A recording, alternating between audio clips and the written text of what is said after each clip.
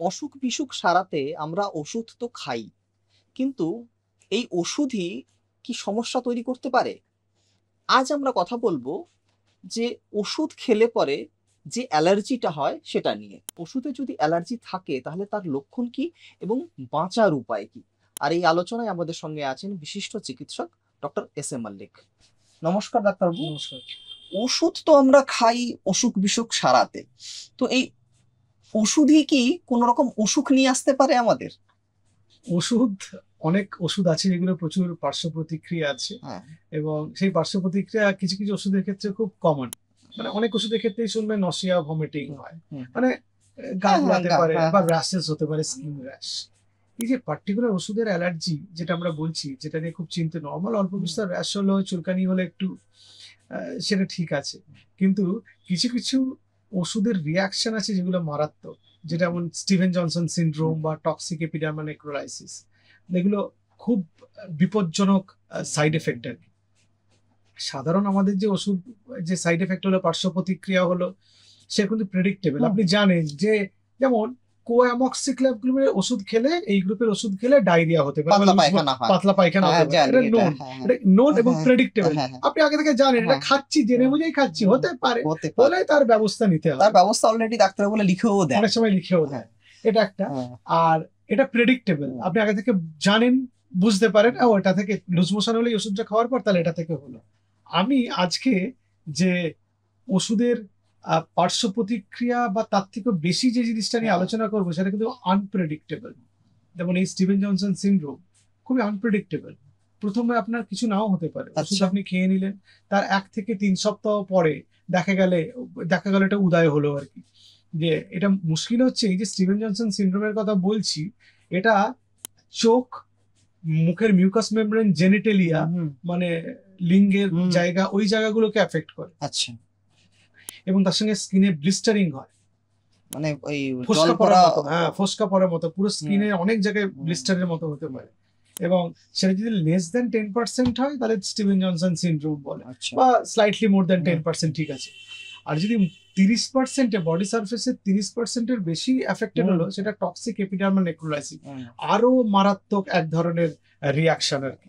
এবং সেটা কিছু কিছু ওষুধ আছে সেগুলোতে খুব কমন, যেমন অ্যান্টিবায়োটিক গ্রুপের ওষুধ, যেমন অ্যান্টি কনভালসেন্ট আছে, hmm, hmm, anti seizure medication like hmm, phenytoin hmm, বা অ্যালোপিউরিনল বা পেন কিলার খুব কমনলি আমরা খাই, সেটাতেও খুব এটা হুম, কমন। তো যদি কারো এরকম খেয়ে আগে এরকম কিছু একটা হওয়ার হিস্ট্রি থাকে, তিনি তারপর নেক্সট ডাক্তারবাবুর কাছে গেলেন, কিন্তু ডাক্তারবাবুকে সেটা, সেই ইনফরমেশনটা দিলেন না, ডাক্তারবাবু হয়তো অন্য নামে সেম মলিকিউল হয়তো প্রেসক্রাইব করলেন, আবার হতে পারে তো। এবং আগের বারের থেকে এবারে অনেক বেশি ভাবে হতে পারে, তাতে অনেক বেশি ক্ষতি হওয়ার সম্ভাবনা বেশি, আর তাতে আহ প্রাণ সংশয় থাকতে পারে। তো কোনো যদি ওষুধে কখনো কিছু রিয়াকশন হয়ে থাকে, নিজে যদি মনে নাও রাখতে পারেন, লিখে রাখুন। ডাক্তারবাবুকে যতবার ভিজিট করবেন জানান যে ওষুধে রিয়াকশন হয়েছিল। আপনার হয়তো ডাইক্লোফেনাক গ্রুপে রিয়াকশন হয়েছিল, আপনি ডাক্তারবাবুকে বললেন যে ওই গ্রুপে রিয়াকশন, পেন কিলার গ্রুপে আমার রিয়াকশন হয়েছে, তাহলে তো ডাক্তারবাবু বুঝে যাবেন। বা মনে করুন কারো কুইনোলোন, ফ্লুরোকুইনোলোন গ্রুপে রিয়াকশন হয়েছে, তাহলে ওফ্লক্সাসিন খেয়ে রিয়াকশন হয়েছে, মানে লিভোফ্লক্সাসিনও হতে পারে, মক্সিফ্লক্সাসিনও হতে পারে। বুঝতে পেরেছেন? ফলে আপনাকে অবগত থাকতে হবে, ডাক্তারবাবুকে জানাতে হবে সেটা। আচ্ছা, তো একজন পেশেন্ট সবসময় তো একেবারে বিরাট রকম ফোসকা পড়বে এরকমও তো নয়। তো একজন মানুষ প্রথম থেকে কি করে বুঝতে পারবেন যে আমার এই সমস্যা ওষুধ থেকেই হচ্ছে? যদি ওষুধ খাবার পরেই কোনো র্যাশেস হলো, কোনো একটা চুলকানি হলো, বা রেডনেস হলো, বা একটু ব্রিদিং ডিফিকাল্টি হলো, বা ঠোঁট ফুলে গেল, বা ঠোঁটে কালো হয়ে গেল, হতে পারে। যখন ফিক্সড ড্রাগ ইরাপশন বা ফিক্সড ড্রাগ রিয়াকশন, সেগুলো তো কমন, আমরা তো পাই, অনেক পেশেন্টেরই পাই। ইভেন প্যারাসিটামল খেয়েও অ্যালার্জি আছে, সেই পেশেন্টও আমরা পেয়েছি। তো বা প্যান্টোপ্রাজল গ্রুপের ওষুধ খেয়ে অ্যালার্জি হয়েছে, সেটাও তো আমরা জানি, পাই সেগুলো। এবং শুধু যে স্টিভেন জনসন সিনড্রোম আর টক্সিক এপিডার্মাল নেক্রোলাইসিস শুধু ওষুধেই হবে তার তো কোনো মানে নেই, ইনফেকশনও তো হতে পারে, ইনফেকশন থেকে হতে পারে। ফলে হলে যে আপনার হয়েছিল সেই হিস্ট্রিটা ডাক্তারবাবুকে জানানো দরকার। আর কোনো ওষুধ থেকে যদি সাসপেক্টেড হয়, তাহলে ড্রাগ অ্যালার্জি টেস্ট আছে, সেটা করে দেখে নেওয়া যেতে পারে যে কোন ড্রাগে উনি সেন্সিটিভ, তাহলে সেটা অ্যাভয়েড করতে হবে। ডিসেন্সিটাইজেশন কন্ট্রোলড একটা এনভায়রনমেন্টে করা যায়, যে তাকে আবার এই ওষুধটা অল্প ডোজে দিয়ে দেখা কোনো রিয়াকশন হচ্ছে কিনা বা বডিকে সেন্সিটাইজ করা, কিন্তু সেটাই কোন একটা রিয়াকশন হয়ে আছে তার উপরে করা উচিত না। আচ্ছা, যখন পেশেন্ট নর্মাল নর্মাল থাকবেন তখন চেষ্টা করা উচিত। এবার আরেকটা যেটা প্রশ্ন হচ্ছে যে ওষুধ খাওয়ার কতক্ষণের মধ্যে এটা হয়, মানে কি এটা কি ইনস্ট্যান্ট হয় নাকি একটা দুটো খেলাম তারপরে আস্তে আস্তে হবে, এরকম কি বিষয় আছে নাকি যে ওষুধ খাওয়ার সঙ্গে সঙ্গেই মানে এই ধরনের সমস্যা তৈরি হয়? কিছু কিছু ওষুধ খাওয়ার পরে পরেই কিছু কিছু র্যাশেস বা এগুলো অ্যাপিয়ার করতে পারে, তো ওষুধ বন্ধ করলে সেগুলো ঠিক হয়ে ঠিক যায়। হয়ে যায়, আচ্ছা আচ্ছা।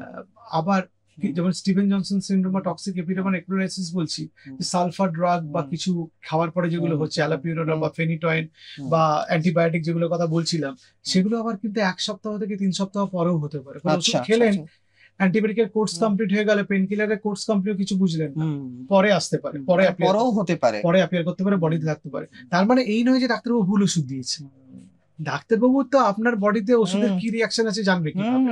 ঠিকই ঠিকই ঠিক। ওষুধ তো সবাইকে একই রকমই, সেটার প্ল্যান একটা ট্রিটমেন্ট আছে, সেটা দিয়েছে। ওষুধ যদি কোনো ওষুধে আপনার রিয়াকশন হয় তাহলে ডাক্তারবাবুর কাছে নেক্সট যখন যাবেন ডাক্তারবাবুকে বলে দাও তবে এই ওষুধে আগের বারে আপনি দিয়েছিলেন র্যাশ বেরিয়েছিল, এবারে তাহলে অন্য গ্রুপের ওষুধ দেবে, তখন যখন চেঞ্জ করে দেবে। আর দুর্ভাগ্য যদি থাকে তাহলে দেখা যাবে নেক্সট যে অন্য গ্রুপের ওষুধ দিয়েছেন সেটাতেও রিয়াকশন থাকতে পারে, সেটা ডাক্তারবাবুকে জানা সম্ভব। মানে আপনার ইমিউন সিস্টেম সম্পর্কে মানে কারোই জানা সম্ভব নয় আনটিল আনলেস আপনি মানে কোনো রকম সমস্যায় পড়ছেন। ইমিউন সিস্টেম তো কার কি রকম আছে বা কোন ওষুধে কার অ্যালার্জি আছে সেটা জানা সম্ভব না।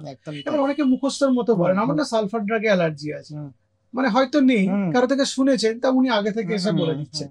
তো যখন কারো হয়তো এরকম ভয়ঙ্কর অবস্থা হয়েছে, উনি দেখেছেন, দেখার পর উনি ভয়ে বলছেন যে আমার সালফার ড্রাগে অ্যালার্জি আছে, মানে সেরকম দেওয়া। তবে আজকাল সালফার ড্রাগ অনেক কমে গেছে, অ্যান্টিবায়োটিক গুলো অনেক সেফ অ্যান্টিবায়োটিক চলে এসেছে যেগুলোর সাইড এফেক্ট খুব কম। অ্যামক্সিসিলিন গ্রুপের ওষুধে একটু রিয়াকশন হতে পারে, সেফালোস্পোরিন গুলো তুলনামূলকভাবে সেফ, তবে অনেক সেফালোস্পোরিনের রিয়াকশন হয়। পেন কিলার গুলো একটু বুঝে শুনে দিতে হয়, কিন্তু প্রয়োজন হলে তো দিতে হবে, ওষুধ খেতে তো হবে। এবার ওষুধ না খেয়ে তো আপনি চিকিৎসা করতে পারবেন না। আমি তো ইনসুলিন দিয়েও পেশেন্টের অ্যালার্জি দেখেছি। হ্যাঁ, ইনসুলিন দিয়েও আমি পেশেন্টের অ্যালার্জি দেখেছি, ফলে তাকে কিনতে হবে অন্য ইনসুলিন চেঞ্জ করে দিয়েছি, তাতেও অ্যালার্জি হয়েছে। তারপরে একটা পার্টিকুলার ইনসুলিনে দেখলাম তার অ্যালার্জি নেই, তার এক্সপেন্সিভ সেই ইনসুলিনটা, তারপরে সেই ইনসুলিন তার চলছে, কারণ তার ট্যাবলেটে সুগার কন্ট্রোল হচ্ছিল না। ফলে আগে থেকে জানা সম্ভব না, যখন আমরা জেনে যাচ্ছি কোন একটা ওষুধে অ্যালার্জি হয়েছে আমরা প্রিকশন নিয়ে নেবো, আমরা সেরকম বুঝে তার চিকিৎসা পদ্ধতি ঠিক করব। আচ্ছা, এই যে স্টিভেন জনসন সিনড্রোম বা এই ধরনের যে সমস্যাগুলো তৈরি হয়, আচ্ছা এগুলো কি একজন থেকে আরেকজনের মধ্যে ছড়াতে পারে, মানে কোনো রকম ভাবে যে ধরুন বলছেন ব্লিস্টার্স হয়ে যাচ্ছে বা চুলকানি হচ্ছে, আমরা জানি এই ধরনের জিনিসগুলো ছোঁয়াচে হয়, তো একজনের থেকে কি আরেকজনের এটা হতে পারে? যেন আমার ধরুন ড্রাগ অ্যালার্জি আছে, আমার ভাই আছে, বোন আছে, মা আছে ঘরে, তো এই ধরনের অ্যালার্জি কি একজনের থেকে আরেকজনে ছড়াতে পারে? এই ধরনের তো ইমিউন সিস্টেমের রিয়াকশন, এটা ছোঁয়াচে নয়, একজনের থেকে আরেকজনের ছড়াবে না। তবে কারো পরিবারে যদি কোনো পার্টিকুলার একটা ওষুধের রিয়াকশন থাকে তাহলে তার তো ড্রাগ অ্যালার্জি টেস্ট করতেই হবে, বাকিদের করে নেওয়া দরকার, কিন্তু ছোঁয়াচেটা মোটেই নয়। এটা হতে পারে যে আমার যদি ড্রাগ অ্যালার্জি, আমার যদি ড্রাগে বা কোনো ওষুধে অ্যালার্জি থাকে তো আমার পরিবারেরও কি এরকম সমস্যা থাকতেই পারে? ইউজুয়ালি থাকে না। আচ্ছা আচ্ছা, এটা পার্টিকুলার সেই মানুষটারই ইমিউন সিস্টেমের প্রবলেম, অন্য কারো প্রবলেম যে থাকতেই হবে তার কোনো মানে নেই, তারও তো আলাদা করে আছে, কিন্তু এর সঙ্গে ওটার কোনো কানেকশন। এই যে ধরুন আমরা যে সমস্যাগুলোর কথা আলোচনা করছি, স্টিফেন জনসন সিনড্রোমস বা টক্সিক এপিডার্মাল নেক্রোলাইসিসের যে কথাগুলো আমরা আলোচনা করছি, এটা কি ডাক্তাররা দেখেই বুঝতে পারেন, শুনেই বুঝতে পারেন, নাকি আলাদা করে এর কোনো ডায়াগনোসিসও করতে হয়? ক্লিনিক্যালি দেখেই বোঝা যায় যে কোনো একটা ওষুধ বা কোনো একটা ইনফেকশনে বা কোনো একটা পার্টিকুলার জিনিসে অ্যালার্জি হয়ে স্টিভেন জনসন সিনড্রোম হয়েছে, এটা পুড়ে যাওয়ার মতো হয়, বার্নসের মতো, বা টক্সিক এপিডার্মাল নেক্রোলাইসিস হয়েছে। প্লাস কিছু টেস্ট আছে, স্কিন বায়োপসি করেও সেটা জানা যায়, এবং আচ্ছা স্কিন বায়োপসিও করতে হতে পারে, বায়োপসি করে সেটা কনফার্মেশন যেটা কোনো ওষুধ থেকে হয়েছে বা কিছু হয়েছে, তখন তার সেই মতো চিকিৎসা করতে হয়।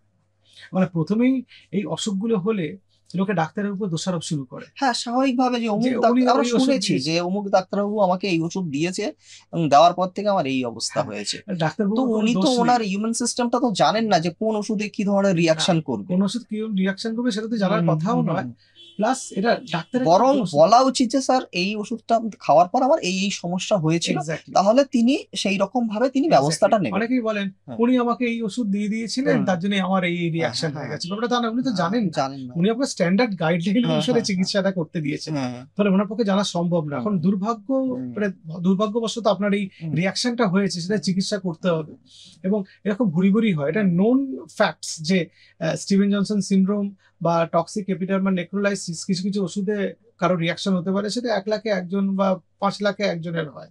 ফলে সেটা একজন ডাক্তারের পক্ষে জানা সম্ভব না, তাহলে তিনি কোনো ওষুধই লিখতে পারবেন না। কারণ যে কোনো ওষুধে যে কোনো মানুষের স্টিভেন তাহলে জনসন তো সিনড্রোম হতে পারে। এরকম হয় যে ওষুধ লেখার আগে তো টেস্ট করে নিতে হবে, তা হ্যাঁ, সেটা তো আরো ব্যয়বহুল হয়ে যাবে এবং আর সময় চিকিৎসার সাপেক্ষ, যে দেরি হয়ে যাবে, ব্যবস্থাটা সেটা ডিলে হয়ে অনেক যাবে। ডিলে হয়ে যাবে, হ্যাঁ। অনেক ব্যয়বহুল, তো অনেক ডিলে হয়ে যাবে।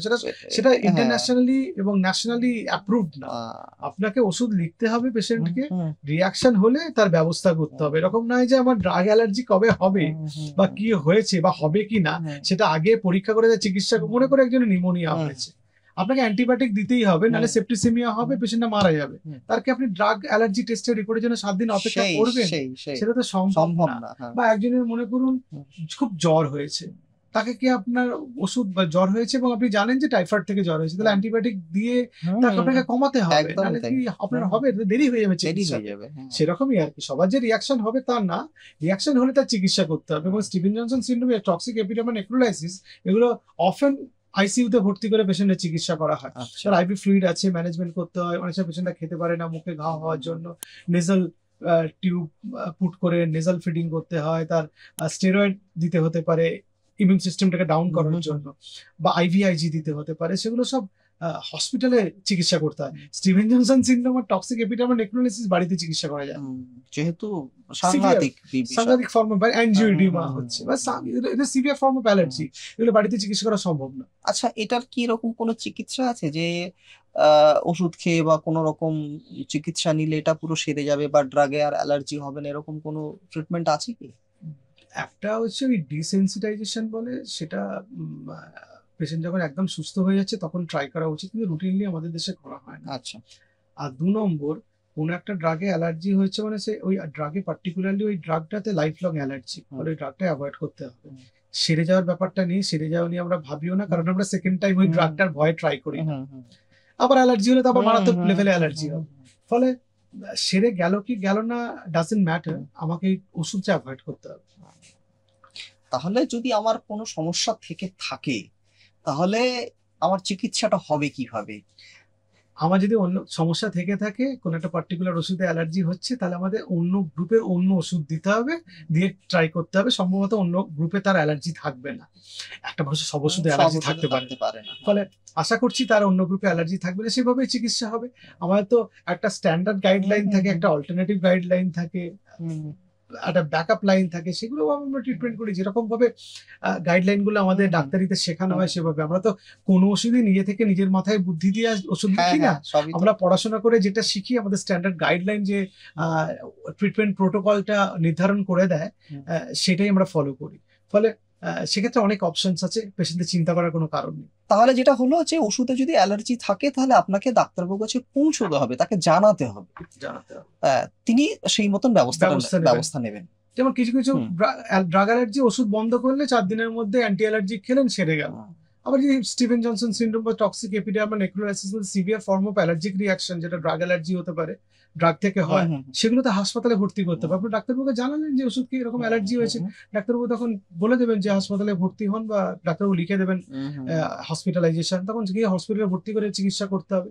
এটার জন্য মানে দোষারোপ করা নয়, কারণ আপনি জেনেই গেলেন, এটা ডাক্তারবাবু নিজেও জানেন না আপনার অ্যালার্জি হবে কিনা। আর এটা ট্রিটমেন্টও ডিলে করা নয়, যে নিজে থেকে সেরে যাবে বলে বাড়িতে বসে থাকা নয়, দুটোই মারাত্মক হতে পারে। যেটা বোঝা গেল যে আপনার যদি কোনো ওষুধে যদি আপনার অ্যালার্জি থেকে থাকে তাহলে অবশ্যই আপনি সেই সংশ্লিষ্ট ডাক্তারবাবুকে জানান, তিনি নিশ্চয়ই সেই মতন ব্যবস্থা নেবেন। আর যদি সমস্যা গুরুতর হয় তাহলে তো অবশ্যই হাসপাতালে পৌঁছাতে হবে। আজ এই পর্যন্তই, দেখা হবে আবার অন্য কোনো একদিন অন্য কোনো একটি এপিসোডে। নমস্কার।